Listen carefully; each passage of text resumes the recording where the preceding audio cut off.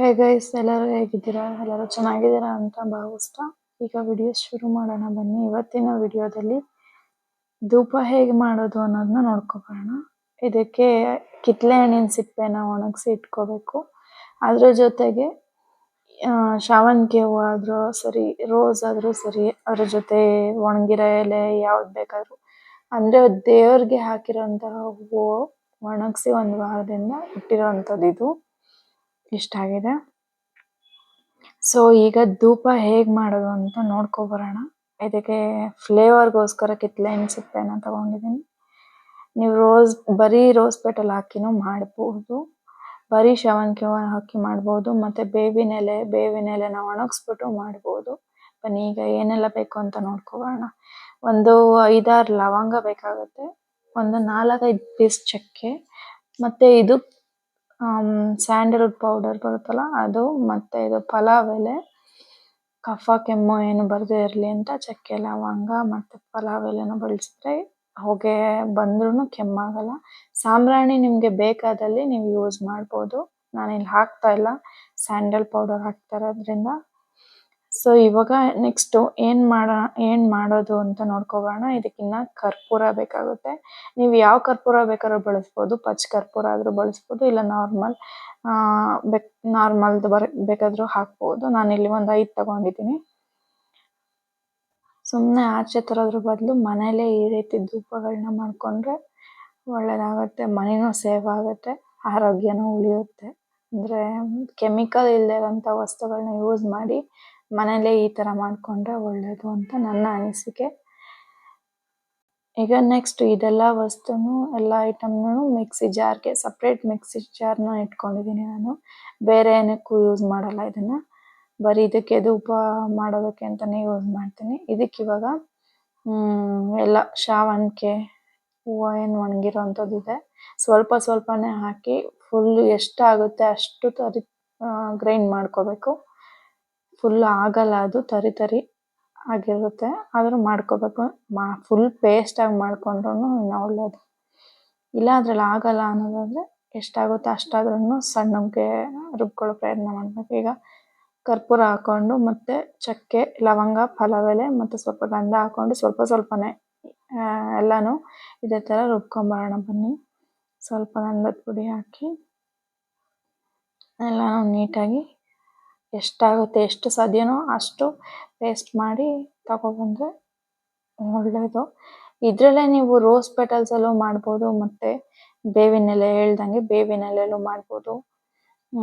ಇನ್ನು ಯಾವುದಾದ್ರೂ ಹೂವುಗಳು ಸಿಗುತ್ತೆ ಅದನ್ನೆಲ್ಲ ಒಣಗಿಸಿ ನೀಟಾಗಿ ಈ ಥರ ಮಾಡ್ಕೋಬೋದು. ನೀಟಾಗಿ ಈ ಥರ ಪುಡಿ ಆದಮೇಲೆ ಈ ಥರ ಆಗಿರುತ್ತೆ. ಈಗ ಇದಕ್ಕೆ ಏನೆಲ್ಲ ಹಾಕೋದು ಅಂತ ನೋಡ್ಕೊಬೋಣ. ಈ ಥರ ಇಷ್ಟಾದರೂ ಆಗಲೇಬೇಕು, ತುಂಬ ಪೇಸ್ಟ್ ಆಗೋ ಥರನೂ ಆಗಲ್ಲ ಮಿಕ್ಸಿಲಿ. ಎಷ್ಟಾಗುತ್ತೋ ಅಷ್ಟೇ ಮಾಡ್ಕೊಳ್ಳಿ, ಜಾಸ್ತಿ ದಪ್ಪ ಬೇಡ, ಇಷ್ಟಿದ್ರೆ ಸಾಕು. ಈಗ ನೆಕ್ಸ್ಟು ಇದಕ್ಕೆ ಸ್ವಲ್ಪ ಗಂಜ್ಲಾನೂ ಅಂದರೆ ಗೋಮೂತ್ರ ಹಾಕ್ತಾರಲ್ಲ, ಗೋಮೂತ್ರ ಹಾಕ್ಬೋದು. ಒಳ್ಳೆಯದು ಅನ್ನೋದಕ್ಕೆ ಗೋಮೂತ್ರ, ಸ್ವಲ್ಪ ತುಪ್ಪ, ಎಲ್ಲ ಎರಡೂ ಮಿಕ್ಸ್ ಮಾಡಿ ನೀಟಾಗಿ ಇವಾಗ ಚೆನ್ನಾಗಿ ಮಿಕ್ಸ್ ಮಾಡಿಕೊಂಡು ಸ್ವಲ್ಪನೇ ನೀರು ಹಾಕ್ಕೊಂಡು ಚಿಮುಕ್ಸ್ಕೊಂಡು ಕಲಿಸ್ಕೊತಾ ಹೋಗಬೇಕು. ನೀಟಾಗಿ ಒಂದು ಕೈಯಲ್ಲಿ ಈ ಥರ ಪ್ರೆಸ್ ಮಾಡಿದ್ರೆ ನೀಟಾಗಿ ಆಗೋ ಥರ ಮಾಡ್ಕೋಬೇಕು. ನೀಟಾಗಿ ಮಿಕ್ಸ್ ಮಾಡ್ಕೋತಾ ಇರಬೇಕು. ಸ್ವಲ್ಪ ನೀರು ಜಾಸ್ತಿ ಹಾಕೋದೇನು ಬೇಡ, ಸ್ವಲ್ಪನೇ ಹಾಕ್ಕೊಂಡು ಮಿಕ್ಸ್ ಮಾಡ್ಕೋಬೇಕು ನೀಟಾಗಿ. ತುಪ್ಪ ಎಲ್ಲ ನೀಟಾಗಿ ಇದಾಗೋ ಥರ ಕಲಸಿ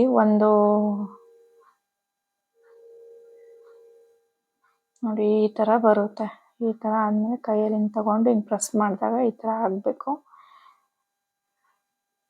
ನೋಡಿ ಈ ಥರ ಆಗಬೇಕು. ಈ ಥರ ಇದ್ದರೆ ನೀಟಾಗಿ ನೀಟಾಗಿ ಬರುತ್ತೆ, ಕೋನ್ ಶೇಪಲ್ಲಿ.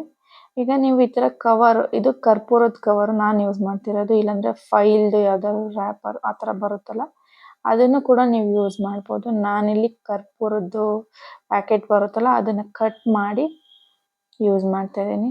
ಇಷ್ಟು ಸ್ವಲ್ಪ ದಪ್ಪನೂ ಅಲ್ಲ, ಸ್ವಲ್ಪ ತೆಳ್ಳಗೂ ಅಲ್ಲ, ಆ ಥರ ಇರಬೇಕು ಕವರು.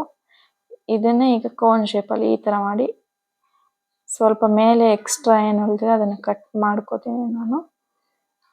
ಸಾಕು, ಎಷ್ಟು ಬೇಕಾಗುತ್ತೆ ನಿಮಗೆ, ಎಷ್ಟು ಬೇಕು ಅನಿಸುತ್ತೆ ಕೋನು, ಎಷ್ಟು ಉದ್ದ ಬೇಕಾಗುತ್ತೋ ಅಷ್ಟು ಮಾಡ್ಕೋಬೇಕು. ನನಗಿಷ್ಟು ಸಾಕು. ನಾನಿಷ್ಟು ಇದಕ್ಕೂ ಮುಂಚೆ ಎಲ್ಲ ಮಾಡಿದ್ದೀನಿ, ಕವರ್ಸ್ ಇದ್ದಾವೆ, ಅದನ್ನು ಅದರಲ್ಲಿ ಯೂಸ್ ಮಾಡ್ತೀನಿ. ಈಗ ನಿಮ್ಗೆ ತೋರ್ಸೋಕ್ಕಾಗಿ ನಾನು ಕಟ್ ಮಾಡ್ತಾ ತೋರಿಸ್ತಾ ಇದ್ದೀನಿ.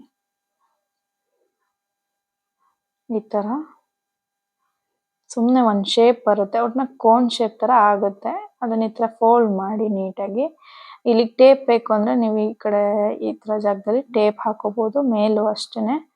ಟೇಪ್ ಬೇಕು ಅಂದರೆ ಟೇಪ್ ಹಾಕೋಬೋದು, ನಿಮ್ಮ ಇಷ್ಟ.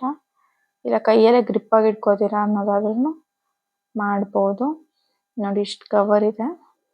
ಇದು ಒಂದೆರಡು ಹಳೇದು, ಒಂದೆರಡು ಹಳೆ ಕವರು.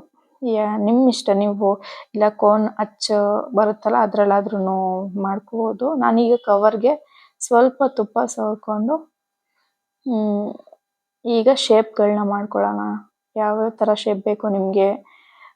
ಉದ್ದಕ್ಕೆ ಬೇಕಂದರೆ ಉದ್ದು ಥರ ಉದ್ದಗೂ ಮಾಡ್ಕೋಬೋದು ಶೇಪು, ಇಲ್ಲ ಕೋನ್ ಶೇಪ್ ಬೇಕಂದರೆ ಕೋನ್ ಮಾಡ್ಕೋಬೋದು, ಇಲ್ಲ ಬಟ್ಲು ಥರ ಒಂದು ಶೇಪ್ ಬರುತ್ತಲ್ಲ ಆ ಥರದ್ದು ಬೇಕಾದ್ರೆ ಮಾಡ್ಬೋದು. ನಾನು ಈ ಥರ ಶೇಪಲ್ಲಿ ಇದು ಮಾಡ್ಕೋತೀನಿ.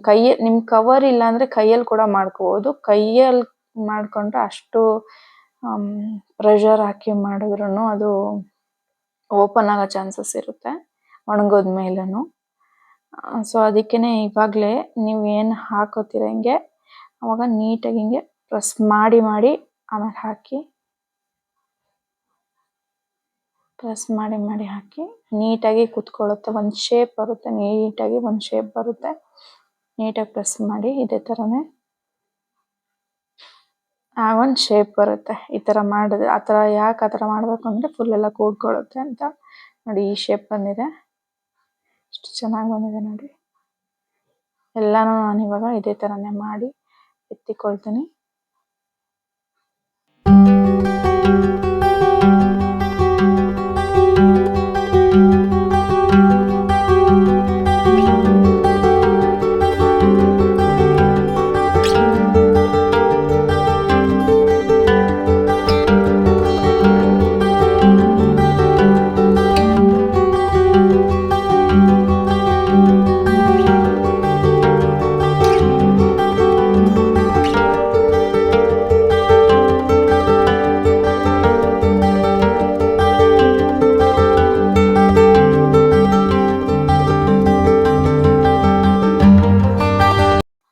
ನೋಡಿ, ಎಲ್ಲಾನು ಈ ಥರ ಆಗಿದೆ. ಇದನ್ನೇನಿಲ್ಲ ಅಂದರೂ ಮಿನಿಮಮ್ 15 ದಿನ ಆದರೂ ಒಣಗಿಸ್ಲೇಬೇಕು. 15 ದಿನ ನೀಟಾಗಿ ಒಣಗಿಸಿದ್ರೆ ಬಿಸಿಲಲ್ಲಿ ನೀಟಾಗಿ ಉರಿಯುತ್ತೆ. ಇಲ್ಲಾಂದರೆ ಅರ್ಧಕ್ಕೆ ಅರ್ಧ ಹುರಿದ್ಬಿಟ್ಟು ಅರ್ಧ ಎಲ್ಲ ಹೋಗಿಬಿಡುತ್ತೆ, ಆ ಥರ ಆಗಿದೆ. ನಾನು ಇದಕ್ಕೂ ಮುಂಚೆ ಎಲ್ಲ ಮಾಡಿದ್ದೀನಿ. ಈ ಥರ ಬಿಸಿಲಲ್ಲಿ ಇಟ್ಬಿಡ್ಬೇಕು. ನೋಡಿ, ಒಣಗಿದ ಮೇಲೆ ಈ ರೀತಿ ಆಗುತ್ತೆ, ಕಲರು ಚೇಂಜ್ ಆಗುತ್ತೆ. ಬಿಸಿಲಿಗೆ 15 ದಿನದಿಂದ ಒಂದು 20 ದಿನ ತನಕ ಒಣಗಿಸ್ಕೋಬೇಕು.